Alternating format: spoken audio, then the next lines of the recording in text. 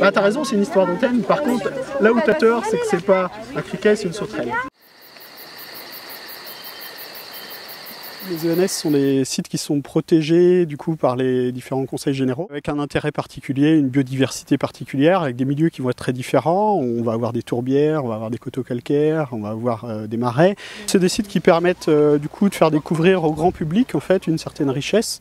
Comme ici par exemple du coup sur ce coteau calcaire, où on va expliquer du coup aux gens l'intérêt de la préservation de ce genre d'espace. Ce sont des sites qui sont aussi ouverts au public scolaire, aux centres de loisirs, et pour leur faire découvrir du coup les animaux, les plantes, mais aussi le paysage, la géologie. J'ai vu un papillon blanc qui vient d'attraper, deux qui sont attrapés qui sont enfuis et celui-là que je viens de mettre dans la boîte. On peut le toucher, il n'y a aucun problème, tu peux le toucher, il n'y a pas de souci. Par contre, à l'ingestion, il est toxique. C'est-à-dire que pour le prédateur, ça peut presque le faire mourir.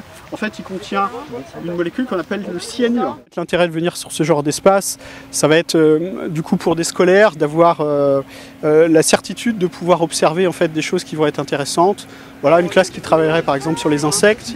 Ici, on va avoir un milieu qui va être par exemple très favorable à ça. On va être sûr du coup de découvrir une belle diversité d'insectes. À l'aide de filets à papillons, de boîtes loupes, d'aspirateurs à insectes. Les enfants vont pouvoir capturer les insectes pour pouvoir les observer. Une boîte loupe pour pouvoir mieux les papillons et les insectes. Les antennes des sauterelles sont longues.